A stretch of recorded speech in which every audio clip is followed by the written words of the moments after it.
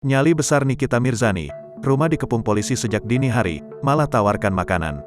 Rumah Nikita Mirzani dikepung oleh pihak kepolisian pada Rabu, tanggal 15 Juni tahun 2022 berkaitan dengan laporan Dito Mahendra soal dugaan penistaan dan fitnah. Menilai panggilan pemeriksaan janggal, Nikita Mirzani pun ogah meladeni polisi yang datangi rumahnya sejak dini hari. Wanita yang akrab disapanya itu malah menawarkan sesuatu kepada polisi. Apa? Nikita Mirzani akhirnya menampakkan diri setelah kediamannya dikepung pihak kepolisian. Tak keluar rumah, Nikita Mirzani tampak berada di lantai atas kediamannya. Nikita Mirzani pun terdengar menawarkan makan bagi para polisi yang mengepungnya. "Pak polisi, lapar nggak?" kata Nikita Mirzani di kediamannya yang berlokasi di Petukangan, Jakarta Selatan, Rabu, tanggal 15 Juni tahun 2022. "Mau KF Asteris nggak?" lanjutnya sembari menyebutkan merek restoran ayam goreng siap saji. Terlebih menurut Nikita Mirzani, para polisi sudah ada di kediamannya sejak dini hari tadi. "Nggak capek emang berdiri dari jam 3 tadi," katanya. Belum diketahui kasus apa yang menimpa Nikita Mirzani hingga kediamannya dikepung polisi.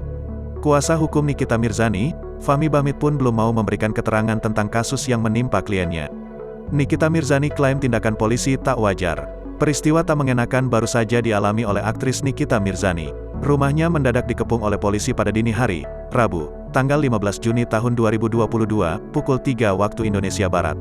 Kejadian tersebut pun membuat Nikita Mirzani syok dan kaget. Ia lantas menceritakan kronologi rumahnya didatangi oleh polisi. Saat kejadian dini hari itu, Nikita mengaku tengah tertidur pulas di kamarnya. "Kaget karena datangnya jam 3 waktu Indonesia Barat pagi, jadi yang ngebuka itu pembantu saya," cerita Niki. Lantaran tak bisa mengatasi situasi, akhirnya sang asisten rumah tangga membangunkan anak Niki.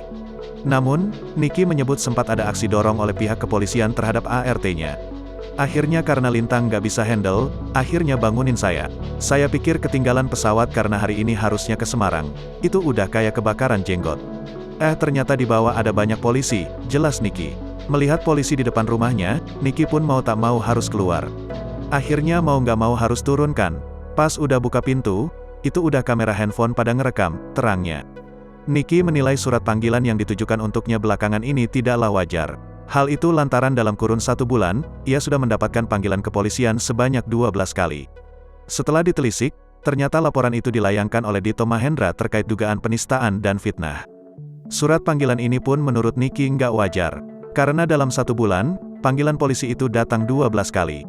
Tanggal 16 Mei dilaporin sama Dito Mahendra, kalau prosedurnya nggak bisa dong ujuk-ujuk langsung dipanggil. Datang panggilan pertama tanggal 25 atau 28. Karena nggak bisa datang, besoknya datang lagi surat panggilan, datangnya maksa kayak preman, pungkas Nikita Mirzani.